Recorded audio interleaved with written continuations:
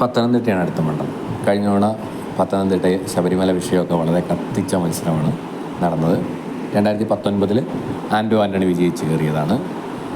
UDF vote ബാങ്കിൽ വലിയ വിള്ളൽ കഴിഞ്ഞ തവണ വീണിരുന്നു. വലിയ ഭൂരിപക്ഷത്തിലേക്ക് എത്താൻ പരമ്പരാഗതമായ UDF മണ്ഡലത്തിന് സാധിച്ചിട്ടില്ല.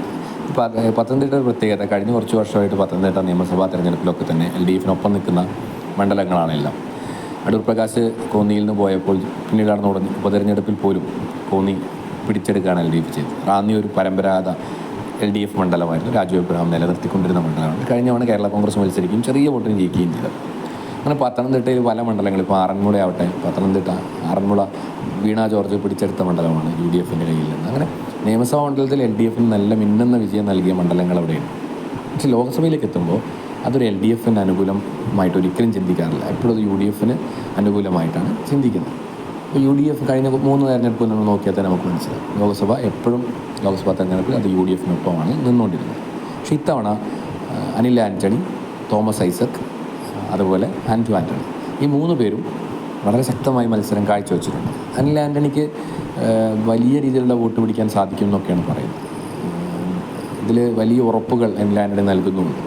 കെ സുരേന്ദ്രൻ പിടിച്ച വോട്ടിനേക്കാൾ വോട്ട് അനിൽ ആൻ്റണി പിടിക്കും എന്നൊക്കെ അനിൽ ആൻ്റണി പറയുന്നുണ്ട്. അപ്പോൾ അത് അനിൽ ആൻ്റണി പിടിക്കുന്ന വോട്ട് ആരുടെ വോട്ടിൽ ചോർച്ച നടത്തും എന്നുള്ളതൊരു വിഷയമാണ്.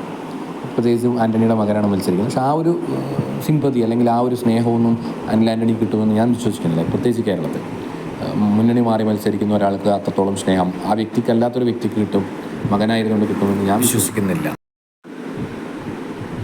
ഇവിടെ തോമസ് ഐസക്കിന് വൻ ജനകീയതയുമില്ല. പ്രത്യേകിച്ച് തോമസ് ഐസക് എന്ന് പറയുന്ന സ്ഥാനാർത്ഥിക്ക് LDFന് പുറത്തുനിന്നുള്ള വോട്ട് പിടിക്കാനുള്ള കഴിവുണ്ടോ എന്ന് നമുക്ക് പത്തനംതിട്ടയിൽ കാത്തിരുന്ന് കാണേണ്ടി വരും. പിന്നെ സഭയെടുക്കുന്ന തീരുമാനങ്ങൾ വളരെ പ്രധാനപ്പെട്ടതാണ്.